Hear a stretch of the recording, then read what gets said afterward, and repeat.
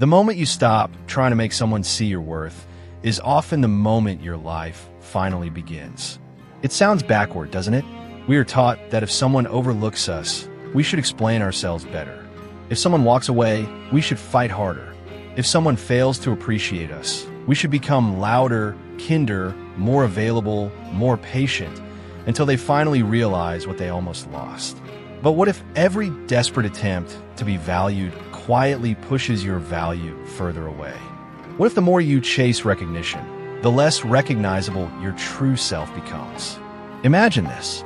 Years have passed since someone looked at you and decided you were not enough. Maybe they chose someone else. Maybe they ignored your loyalty. Maybe they slowly stopped calling until silence became the only answer you received. At first, you replayed every conversation. You searched for the exact moment everything changed.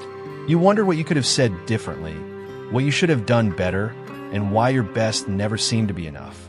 That question followed you into quiet mornings and restless nights. It sat beside you while you worked. It whispered while you drove home. It became a weight you carried without anyone noticing. And little by little, something more valuable than that relationship began to disappear. You did not only lose another person's attention, you started losing yourself. The Stoics understood a truth that most people spend their entire lives resisting. Your peace is never stolen in the moment someone rejects you. It is surrendered in the moments that follow, when you hand your identity to their opinion. Marcus Aurelius spent much of his life surrounded by praise, criticism, betrayal, and impossible expectations. Yet the pages of his private journal reveal a man who kept returning to one quiet discipline. He reminded himself that another person's judgment could never define the quality of his own character. That idea sounds simple until life tests it. Because when someone you loved fails to see your value, your first instinct is rarely dignity. It is explanation. It is pursuit. It is the hope that one more conversation will finally change their mind. But here is the paradox. The people who become unforgettable are almost never the ones who spend their lives trying to be remembered. Somewhere along the way, they stop performing for approval. They begin building something inside themselves that no rejection can touch. And strangely, that is often when the world begins to notice them differently. Not because they became more attractive overnight. Not because they mastered some psychological trick. Something much deeper changed. There's a reason the calmest person in the room often becomes the hardest to forget. There's a reason quiet confidence leaves a longer shadow than desperate effort. The Stoics believe this transformation begins long before anyone else can see it. It begins in private, inside decisions so small that the world never applauds them. Tonight, we begin that journey together. Not with revenge, not with manipulation, not with a strategy to make someone come back. We begin with something far more unsettling. Because before anyone else can regret losing you, there is one painful truth you must be willing to face first. Most people never notice the exact day they begin negotiating against themselves. It does not happen in one dramatic moment. It happens in tiny decisions that seem harmless at first. You decide not to say what you really think because you are afraid they might leave. You answer a message the second it arrives, even though you promised yourself you would focus on your own evening. You cancel plans that matter to you because maybe this time they will choose you. You laugh when something hurts. You apologize when you did nothing wrong. You keep shrinking, inch by inch, until the version of you that once felt alive becomes difficult even for you to recognize. The strange part is that none of this feels like surrender while it's happening. It feels like love. It feels like loyalty. It feels like being the bigger person. That is why so many intelligent, kind, generous people remain trapped in the same painful cycle for years. They believe that giving more will eventually inspire appreciation. They believe patience will eventually be rewarded. They believe one final sacrifice will finally convince someone of their worth. Then one morning they wake up exhausted, not because they loved too deeply, but because they abandon themselves too often. Perhaps you know that feeling. You are surrounded by people, yet you feel invisible. You keep wondering why your effort seems to matter less than someone else's indifference. You compare yourself to the person who replaced you. You replay old memories until they begin to change shape inside your mind. Suddenly, the good moments seem greater than they really were, and the painful moments become strangely easy to excuse. Your heart edits the past because it cannot accept the present. Then another thought quietly appears. Maybe if I become more successful. Maybe if I look better. Maybe if they see me happy with someone else. Maybe then they will finally understand what they lost. At first, that thought feels empowering. It gives you a reason to keep moving. But hidden beneath, it is a chain you may not even realize you are wearing. Your future is still being built around someone else's awakening instead of your own. Their regret has become your destination. Their validation has become your finish line. And as long as that remains true, they continue to occupy space in your mind without paying rent. This is the wound that almost nobody talks about. Rejection does not always end when the relationship ends. Sometimes it quietly transforms into a lifelong habit of measuring your value through another person's eyes. The Stoics saw this pattern long before modern psychology gave it a name. They observed that people often become prisoners long after the prison door has been opened. Not because someone keeps them there, but because their own thoughts refuse to walk away. That observation is uncomfortable because it shifts the focus away from the person who hurt you and toward the invisible habits that keep the hurt alive. Most people resist that idea. It feels unfair. It feels almost insulting. Yet hidden inside that discomfort is the beginning of a completely different way of seeing yourself. Before you can understand why those who overlooked you may one day regret it, you first have to confront a belief so common that nearly everyone mistakes it for truth. And that belief is exactly where our journey turns next. There is a belief so deeply rooted that most of us never stop to question it. If someone failed to value me, I must become the kind of person they cannot ignore. On the surface, it sounds strong. It sounds ambitious. It even sounds healthy. But look a little closer, and something unexpected appears. Your life is still revolving around the same person. They're no longer sitting across from you, yet they remain at the center of your decisions. The destination changed. The direction did not. This is where the Stoics would gently interrupt your thinking. Epictetus began his teaching with a distinction so simple that people often rush past it without realizing how much of life depends on it. Some things are within our control, and some are not. Our choices, our judgments, our character belong to us. Another person's opinions, feelings, and decisions never have. That idea is not meant to make you emotionally cold. It is meant to make you emotionally free. Think about how many invisible bargains we make every day. If they finally recognize my value, then I will feel whole. If they apologize, then I can move on. If they come back, then everything I suffered will make sense. Without noticing it, we hand the key to our peace to someone who may never even realize they are holding it. We wait outside a door that only they can open, while the door to our own life quietly remains unlocked behind us. Marcus Aurelius wrestled with this temptation in a different form. As emperor, he lived under constant praise and constant criticism. Every decision created new admirers and new enemies. If he had built his identity on public approval, he would have become a different man every single day. Instead, he kept returning to the same private reminder. The value of a person is measured by the quality of their own character, not by the shifting voices around them. Imagine carrying that thought into your own life. Suddenly the question changes. Instead of asking, how do I make them regret losing me? Another question slowly takes its place. Who am I becoming while I wait? That question is uncomfortable because it removes your favorite excuse. It no longer allows you to blame your happiness on someone else's blindness. It asks you to examine the habits you built while chasing acceptance.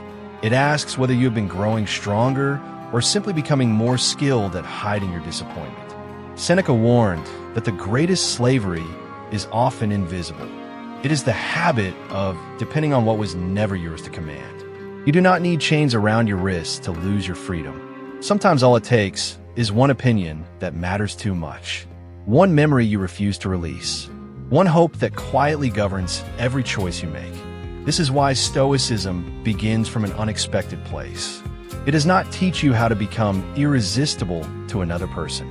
It teaches you how to stop abandoning yourself in the pursuit of being chosen. Ironically, that inner shift is precisely what changes the way the world begins to respond to you. But knowing this principle is only the beginning. Living it requires something far more demanding. It requires a series of quiet attitudes that slowly reshape your presence until your value no longer depends on anyone noticing it. And the first of those attitudes may be the hardest one for your ego to accept. Picture an old lighthouse standing alone on a rocky shoreline.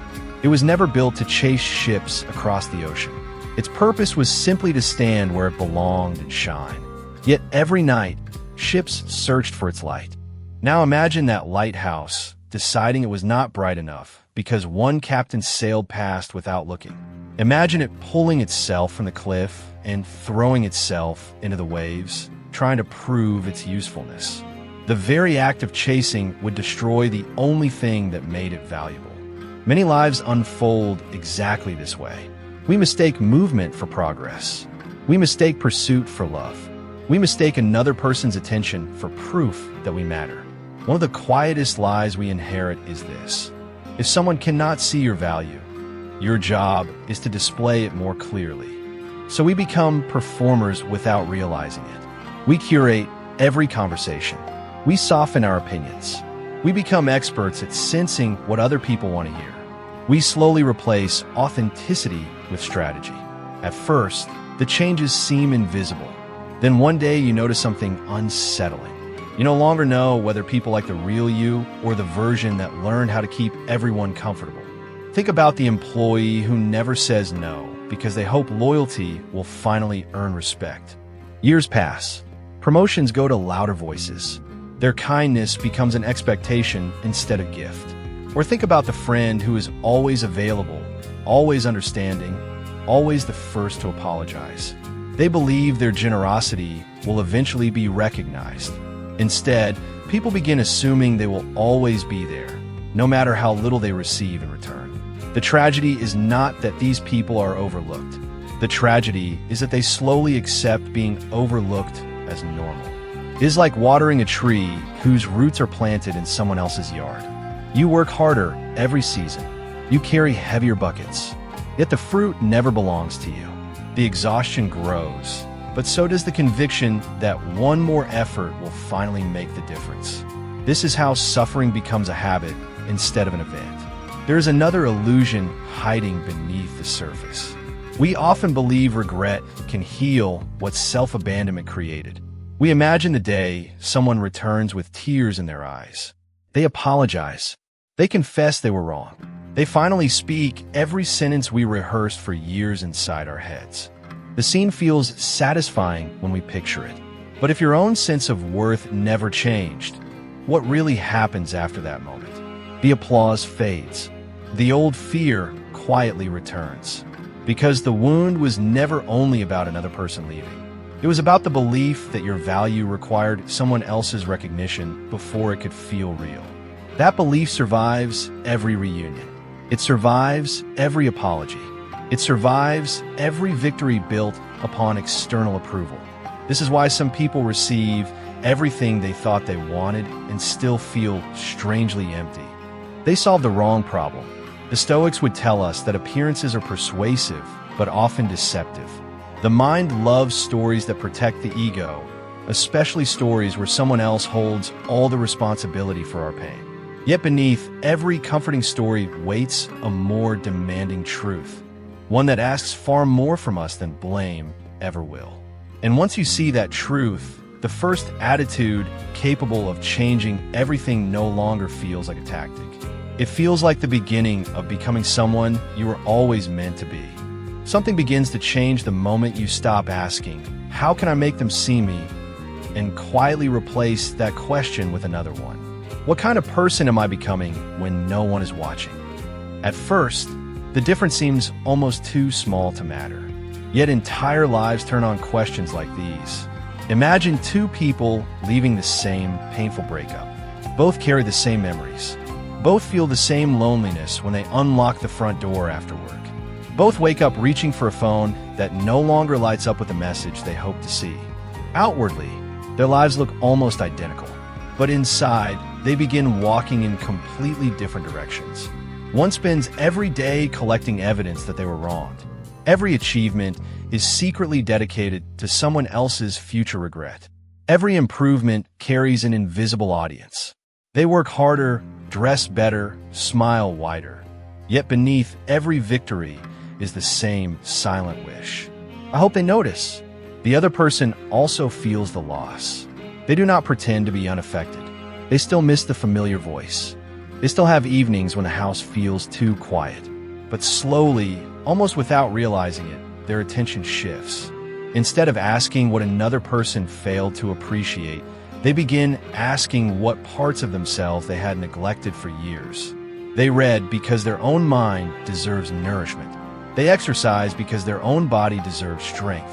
They spend time alone without treating solitude as a punishment. Nothing dramatic happens overnight.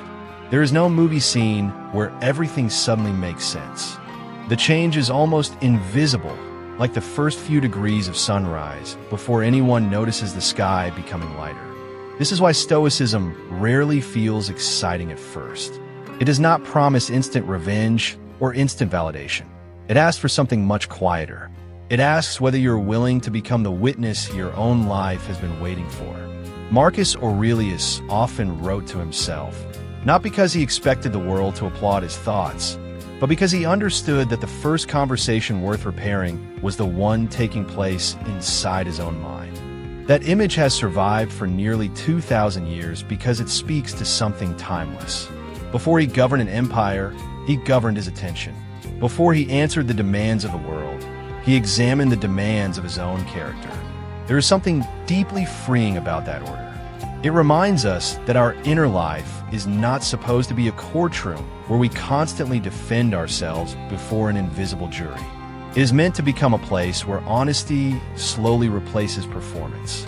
Ironically, people often sense this transformation long before they understand it. They notice someone who no longer rushes to fill every silence. Someone who listens without needing to impress. Someone whose kindness is offered freely, but whose self-respect is no longer negotiable. They cannot always explain why that person feels different. They simply do. That quiet shift is where real influence begins. Not in forcing others to reconsider you, but in becoming increasingly difficult to shake because your sinner no longer lives inside another person's opinion. Yet this inner change does not appear all at once. It grows through a handful of attitudes practiced in ordinary moments. And the first one is so easily misunderstood that many people spend years rejecting it, believing it will make them weaker, when in truth, it is the very attitude that starts returning their life to them. Have you ever noticed that the hardest emotions to escape are rarely the loud ones? Anger burns hot and then fades. Fear rises like a wave and eventually breaks. But longing is different. It settles quietly into ordinary moments. You pour a cup of coffee and wonder who they are with. You hear a song in the grocery store and lose yourself for a few seconds. You pass a familiar street and your mind walks backward instead of forward. Nothing dramatic happens, yet your attention has been stolen again. The Stoics never asked us to become emotionless because they understood that emotions arrive before permission is granted. What interested them was something more subtle. What happens after the feeling enters? Does it become a guest, or does it become the owner of the house?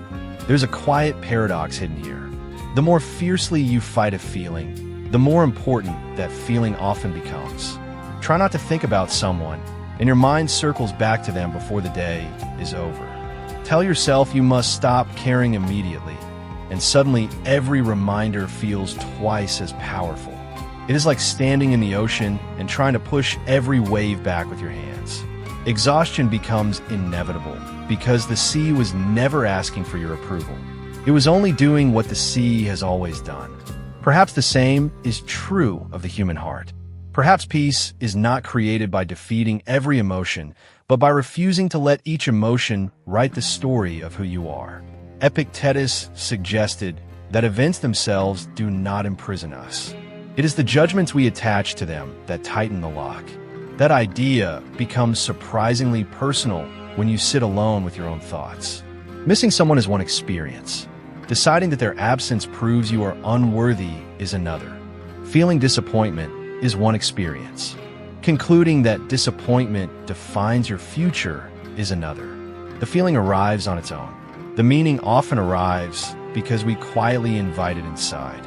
This is why self-mastery is so different from self-control as most people imagine it. Self-control sounds like constant pressure. It sounds like gritted teeth and endless resistance. Self-mastery feels quieter. It begins with the willingness to observe without immediately obeying. A thought says, "You are not enough." Another part of you simply notices that the thought has appeared. A memory says, "You will never be loved like that again." Again, you notice it without rushing to build your life around it. Little by little, an unexpected space opens between you and your reactions. Inside that space, something stronger than impulse begins to grow. Not certainty, not pride, something steadier. A relationship with yourself that no longer changes every time another person's opinion changes. There's another irony the Stoics would likely smile at. People spend years trying to appear emotionally strong, yet true strength often looks remarkably ordinary. It is the ability to pause before answering, the ability to leave a conversation without needing the final word, the ability to carry disappointment without turning it into an identity. None of these moments earn applause. Most pass unnoticed by everyone except the person living them.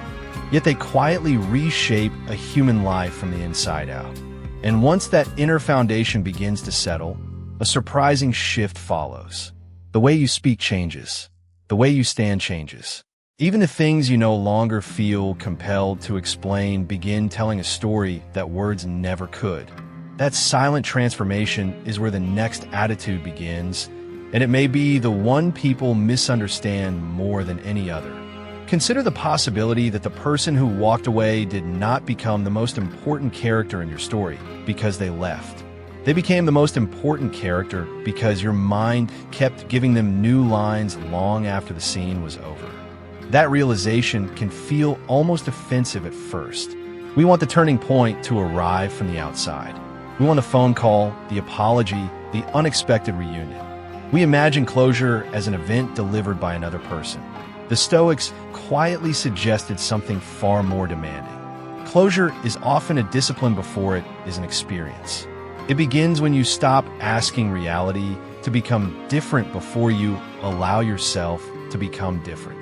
This is where the entire picture starts to reverse. You may have believed that the goal was to become so impressive that those who overlooked you would finally recognize your worth.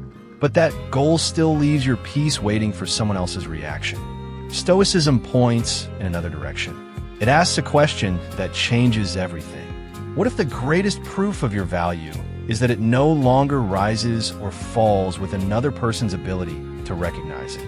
Think about a mountain standing through every season.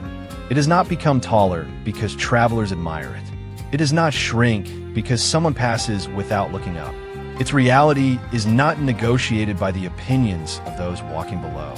Human dignity works in much the same way, yet we spend years treating it like a popularity contest instead of a character trait. This is the hidden freedom Marcus Aurelius kept returning to in his private reflections. He did not write about controlling how others remembered him. He wrote about becoming the kind of man he himself could respect when no audience remained.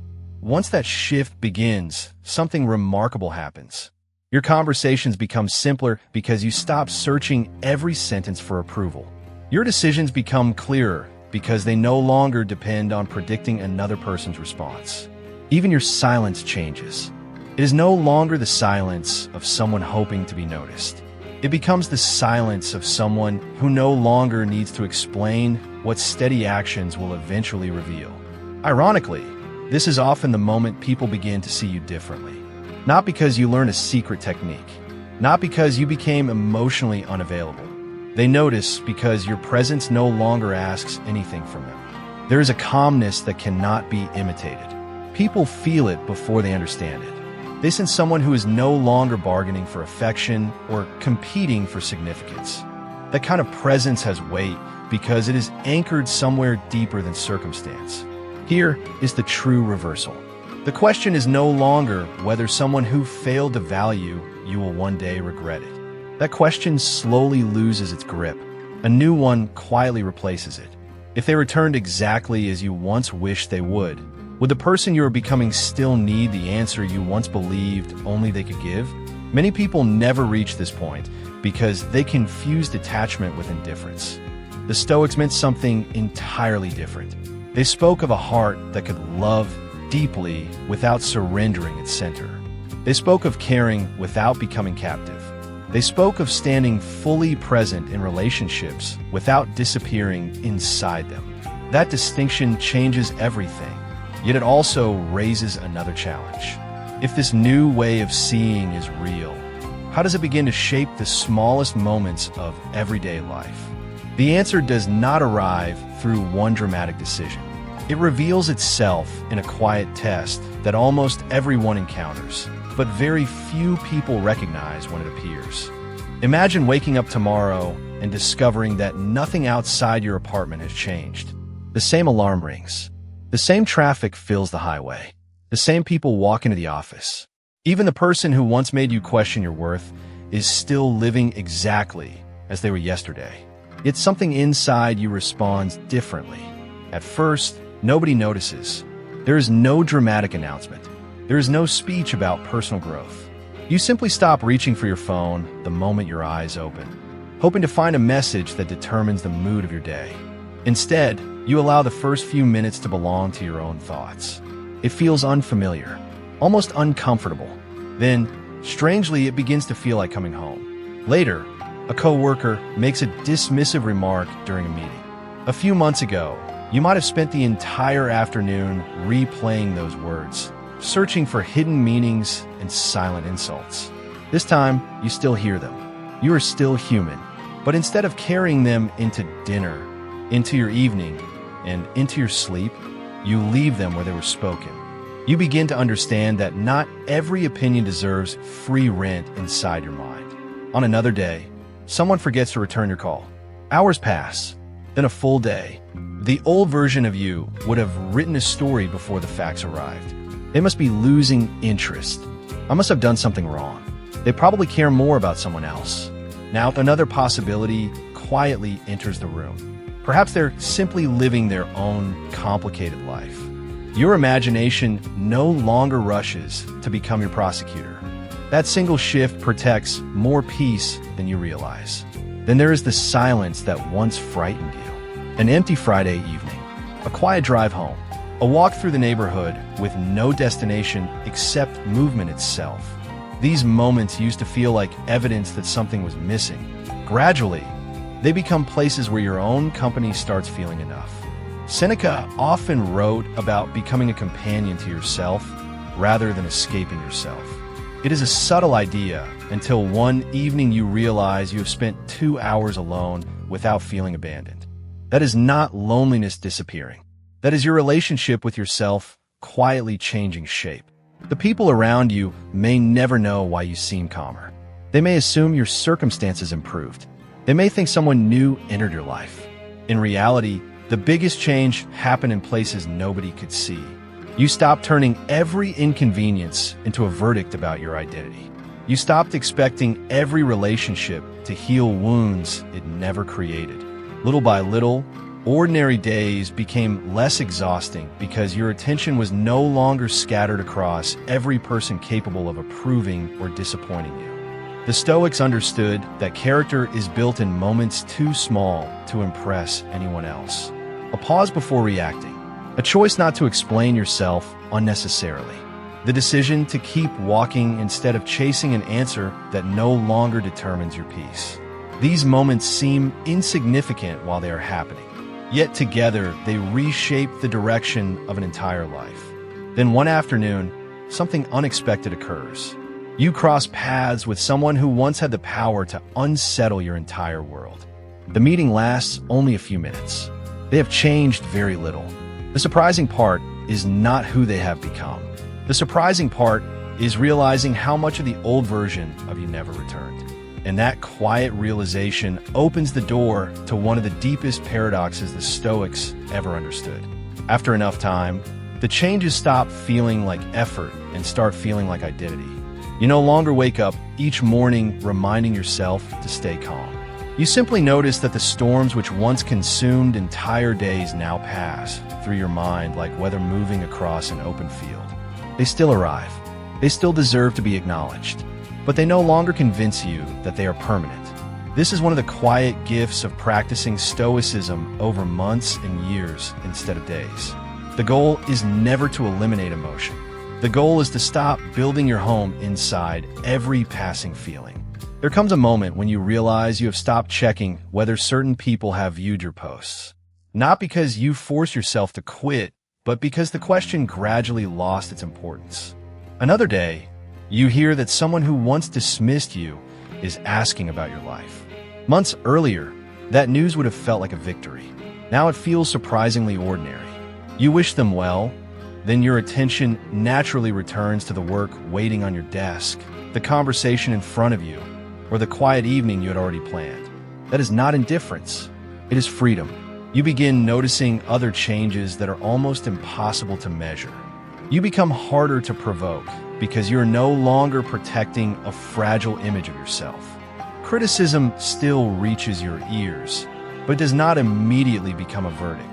Praise still feels pleasant, but it no longer becomes something you secretly depend upon.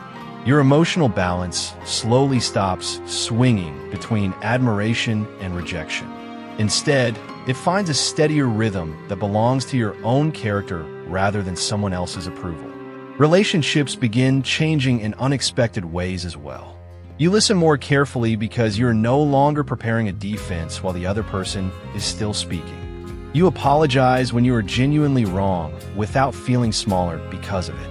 You also become willing to disappoint people when honesty requires it. That combination surprises many around you. Your kindness remains, yet your boundaries become clearer. Your generosity remains. It is no longer fueled by fear of being abandoned. There's a quiet confidence in that balance. It cannot be borrowed from a motivational speech because it grows only through repeated choices that almost nobody else sees. Even your understanding of success begins to shift. You stop measuring progress by who notices your growth. Instead, you compare yourself to the person you were 6 months ago. You remember how quickly you once reacted, how desperately you once sought reassurance, how easily one unanswered message could disrupt an entire weekend. Looking back, you realize the greatest distance you have traveled cannot be measured in miles. It has been traveled within your own mind. This is why the Stoics place such importance on daily practice. Character is not forged in extraordinary moments alone.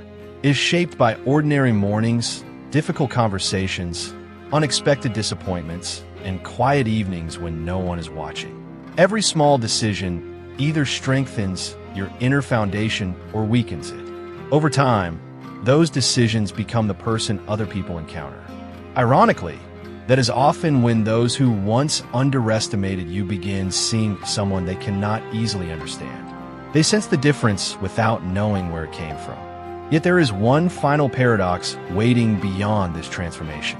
It is perhaps the most liberating realization of all, and once it settles into your life, the question that opened this journey will never sound the same again. Few people realize that the deepest form of attachment is not attachment to another person. It is attachment to a version of yourself that only existed when that person was looking at you. That is the paradox. You think you're trying to recover a relationship. In reality, you're often trying to recover an identity. There's an old image that comes to mind. Picture an actor who spends so many years playing the same role that one evening, after the curtain falls and the theater empties, he walks home still wearing the costume. At first, he keeps it on because he is tired. Then he keeps it on because it feels familiar. Eventually, he forgets where the costume ends and where the real person begins. Many of us do something similar. We continue living inside an old version of ourselves that was built around someone else's expectations. We keep speaking the same emotional language long after the conversation has ended. We keep protecting a role that no longer belongs to the life we are actually living. The Stoics would ask a simple but unsettling question. If everything outside you changed tomorrow, what part of you would remain exactly the same? It is a question that strips away reputation, relationships, success, failure, admiration, and rejection until only character remains. Character is the only possession that does not become lighter when others stop carrying it with you. Everything else can disappear in a single season. This leads to another paradox that feels almost impossible the first time you hear it. The person who is hardest to leave is rarely the one trying hardest to be kept. Why? Because they have stopped treating love as proof of existence. Their presence is no longer asking another human being to solve a problem that only self-respect can solve. They enjoy connection, but they do not collapse without it. They welcome affection, but they do not negotiate their dignity to preserve it. There's an unusual kind of strength in that balance. It resembles a tree whose roots have grown so deeply into the earth that changing weather no longer determines whether it will stand. Storms still arrive. Branches may still break. Leaves still fall. Yet the life of the tree does not depend on convincing the wind to become gentler. Human beings often spend years trying to calm the wind instead of strengthening their roots. Marcus Aurelius repeatedly returned to the image of an inner fortress, not because he wanted to escape the world, but because he understood that every lasting action must begin from a place that chaos cannot easily invade. Once that inner foundation exists, something unexpected happens. You stop trying to be unforgettable. Ironically, that is when people often remember you. You stop trying to appear valuable. Ironically, your value becomes easier to recognize. You stop trying to control how your story is told by others. Ironically, your life begins telling its own story through the quiet consistency of your actions. None of this happens because the world suddenly becomes fair. It happens because your energy is finally invested where it can actually produce growth. The Stoics never promised that everyone would appreciate you. They promised something much greater. They showed that your peace no longer had to wait for appreciation before it could exist. And when that truth settles deeply enough, one final attitude quietly emerges above all the others. It is the attitude that transforms every lesson before it into a way of living rather than a way of coping. And it is there that this journey reaches its highest point.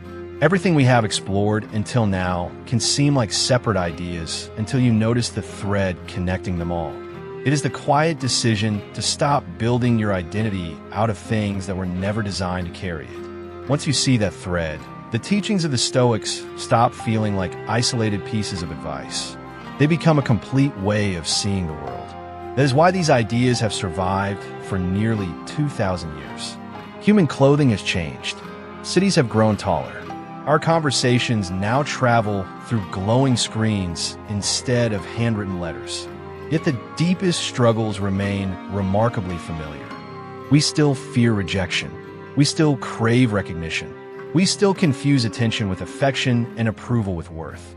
Technology has changed the speed of life, but it has not changed the structure of the human heart.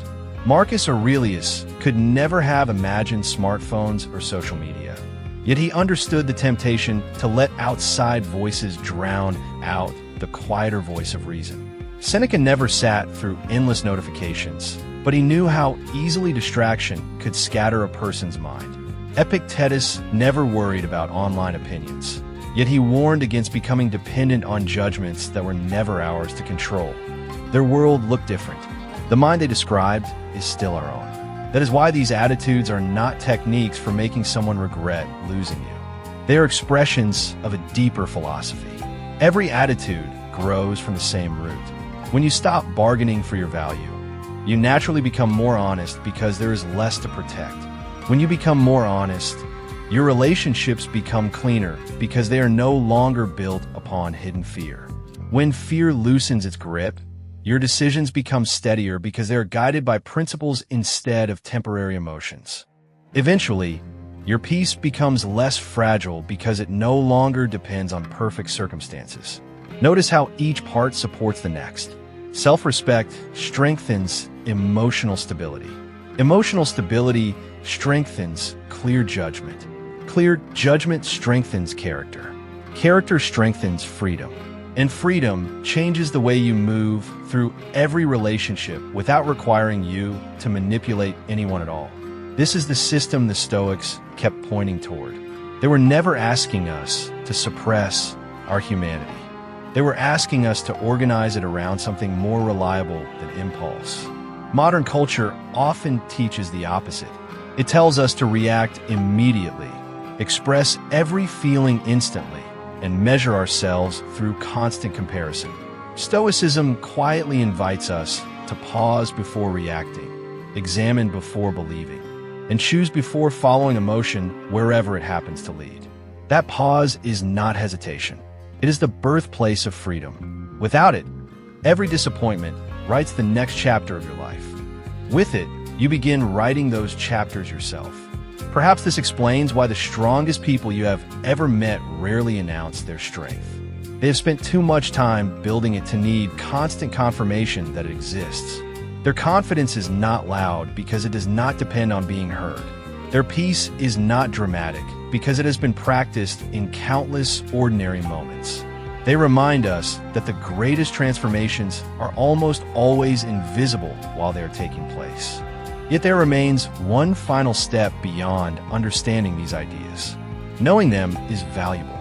Living them long enough to recognize the person you have become is something entirely different.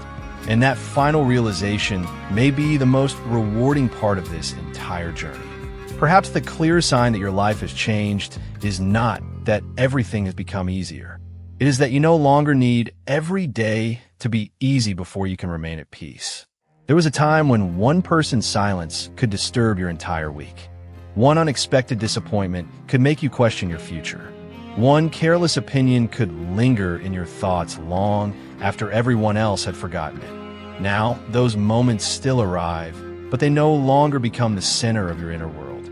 They pass through a life that has finally found something more stable than constant reassurance. If you continue walking this path, you may notice something beautiful happening almost without your awareness. Conversations become less about proving yourself and more about understanding others. Solitude stops feeling like evidence that you have been left behind and starts becoming a place where your own mind can finally breathe. Success becomes quieter because it is no longer measured by applause. Even failure changes its meaning because it is no longer treated as a verdict on your identity. Every experience simply becomes another opportunity to practice the character you have been building all along. There's also a gentleness that begins to emerge. Not weakness, not passivity, a different kind of strength. The kind that allows you to forgive without forgetting your dignity. The kind that allows you to care deeply without becoming dependent. The kind that allows you to wish others well without needing them to walk the same path as you. The Stoics never imagined wisdom as a wall separating us from the world. They imagined it as a bridge connecting us to reality without demanding that reality obey our wishes first. That may be the greatest freedom of all. One day you may hear that someone who once underestimated you has finally recognized your worth. Another day you may discover that they never do. Strangely, both possibilities begin to carry the same emotional weight. Not because your heart has become cold, but because your life has grown too full to remain suspended between those two outcomes. You have discovered something more dependable than another person's regret. You have discovered the quiet satisfaction of respecting yourself. Looking back, you may even feel compassion for the version of yourself that believed peace could only arrive after someone else admitted they were wrong. That person was not foolish. They were simply searching for certainty in a place where certainty could never be found. We all begin there in one way or another. We all mistake the reflections in other people's eyes for the truth about who we are. Yet with patience, reflection, and practice, another way of living slowly reveals itself. It does not erase the past. It transforms your relationship with it. The memories remain, but they no longer decide your direction. The losses remain part of your story, but they stop becoming the title of your life. You carry them with the same quiet acceptance that a traveler carries old maps from places already visited. They remind you where you have been, not where you must return. And as you continue forward, there is an unexpected feeling that settles into the silence. It is not excitement. It is not triumph. It is something softer, steadier, and infinitely more lasting.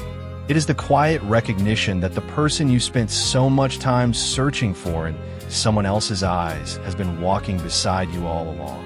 Let that thought remain with you for just a moment before we bring this journey to its final words. As the Romans like to remind themselves, every sunset carries the quiet promise of another dawn, but no one is ever promised that they will be there to witness it. Marcus Aurelius often returned to this awareness in his private reflections, not to inspire fear, but to awaken clarity. If life is uncertain, then every hour spent begging someone to recognize your worth is an hour you can never reclaim. Every day spent waiting for another person's regret is a day your own life remains unopened. Perhaps that is the final lesson hidden beneath everything we have explored together. The greatest victory is not watching someone come back with remorse in their eyes. The greatest victory is reaching a place where your peace no longer depends on whether they ever return at all. Imagine yourself years from now. The seasons have continued their patient rhythm. Streets have changed. Faces have aged. Some names that once felt unforgettable have quietly faded into memory. You find yourself walking through an ordinary afternoon. Nothing remarkable is happening. Children are laughing somewhere in the distance. The wind moves gently through the trees. A familiar song drifts from a nearby cafe. For just a moment, an old memory visits you. Someone who once held so much power over your emotions crosses your mind again. But something is different now. There is no ache demanding an answer. No argument waiting to be replayed. No desperate wish to rewrite the past. The memory arrives like an old photograph discovered in the back of a drawer. You smile with gratitude for what it taught you, then carefully place it back where it belongs. Not because the past never mattered, but because it no longer asks to live inside your present. This is what the Stoics meant when they spoke about freedom. Not freedom from loss, not freedom from disappointment, freedom from becoming the servant of either one. Somewhere along this journey, the question that first brought you here quietly transformed. It was never only about making those who overlooked you regret their decision. It became something far more enduring. How do you become a person whose dignity cannot be borrowed and whose peace cannot be confiscated? There is no single day when that transformation is complete. It unfolds through countless ordinary choices that rarely attract attention. Choosing honesty over performance. Choosing patience over impulse. Choosing self-respect over approval. Choosing to return, again and again, to the part of yourself that remains untouched by praise or rejection. These choices seem almost invisible while you're making them. Yet together, they shape a life that no longer bends with every passing opinion. And perhaps that is why truly remarkable people leave such a lasting impression. They do not spend their lives trying to become unforgettable. They spend their lives becoming deeply, quietly, unmistakably themselves. Everything else follows in its own time. So if one day those who failed to value you finally recognize what they lost, receive that moment with humility rather than triumph. And if that day never comes, let your life remain just as full, just as steady, and just as meaningful. Because the person who finally learned to walk without carrying the weight of another person's judgment has already found something infinitely more valuable than regret. They have found themselves, and in the stillness that follows that discovery, there is nothing left to chase.